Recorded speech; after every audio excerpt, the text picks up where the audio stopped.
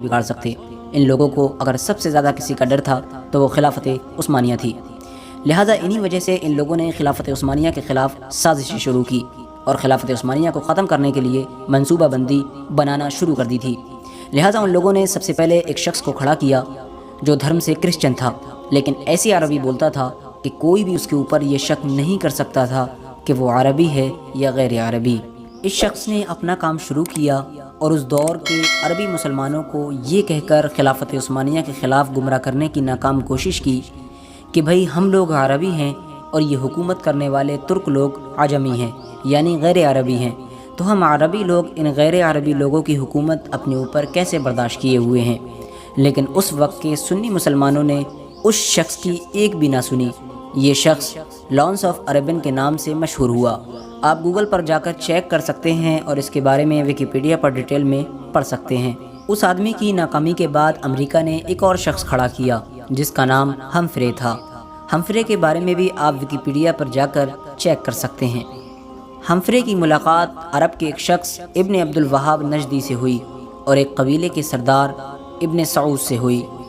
ہمفرے نے ابن سعود کو عرب کا حکمران بنانے کا لالچ دیا جس میں ہمفرے کامیاب ہو گیا۔ اس کے بعد ابن سعود نے اپنی فوج کے ساتھ عرب شریف میں ترکوں کے خلاف بغاوت کر دی، لہٰذا مکہ، مدینہ، طائف جیسے عظیم شہروں میں خونریزی شروع ہو گئی اور ابن سعود کی فوج کے ہاتھوں سے لاکھوں بے گناہ مسلمانوں کی شہادت ہوئی۔ لہٰذا ان حالاتوں کو دیکھنے کے بعد خلافت عثمانیہ کی طرف سے یہ اعلان کیا گیا کہ ہم مکہ، مدینہ اور طائف جیسے عظیم شہروں میں خونریزی نہیں کرنا چاہتے، کسی بھی مسلمان کا خون نہیں بہانا چاہتے، لہٰذا ہم عرب سے خلافت عثمانیہ کو ختم کر کے اپنے ملک ترک واپس جانا چاہتے ہیں۔ لہٰذا اسی دن سے مسلمانوں کا زوال شروع ہو گیا۔ حجاز مقدس کا نام اسلامی تاریخ میں پہلی بار بدل دیا گیا، لہٰذا حجاز مقدس کا نام ابن سعود نے اپنے اوپر سعودیہ عربیہ رکھا۔ لہٰذا جنت البقیع اور جنت المعلیٰ میں جو صحابہ اکرام اور اہل بیت رضی اللہ تعالی عنہم اجمعین کی مزارات تھیں، ان تمام پر بلڈوزر چلا دیا گیا اور ان کی تمام قبروں کو زمین سے ملا دیا گیا۔ اور آپ کو بتا دیں کہ حرم شریف میں جتنے بھی بڑے دروازے یا بڑی عمارتیں تھیں جن کے نام صحابہ یا اہل بیت کے نام پر تھے، ان تمام کے ناموں کو بدل کر آل سعود یعنی جو ابن سعود تھا اس کی اولادوں کے نام پر رکھ دیا گیا۔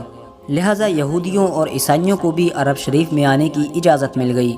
جس دن ابن سعود وہاں کا حکمران بنا، وہاں پر ایک بہت بڑا جشن کا انعقاد کیا گیا جس میں امریکہ، برطانیہ اور بڑے بڑے غیر مسلم جو دیش ہیں ان تمام کے حکمران شامل ہوئے۔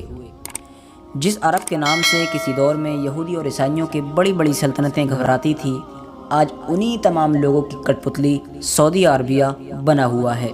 ان تمام حالات کو دیکھتے ہوئے ڈاکٹر اقبال نے اپنے ہی دور میں لکھ دیا تھا، وہ فاقہ کش جو موت سے ڈرتا نہیں ذرا، روح محمد اس کے دل سے نکال دو، فکر عرب کو دے کر فرنگی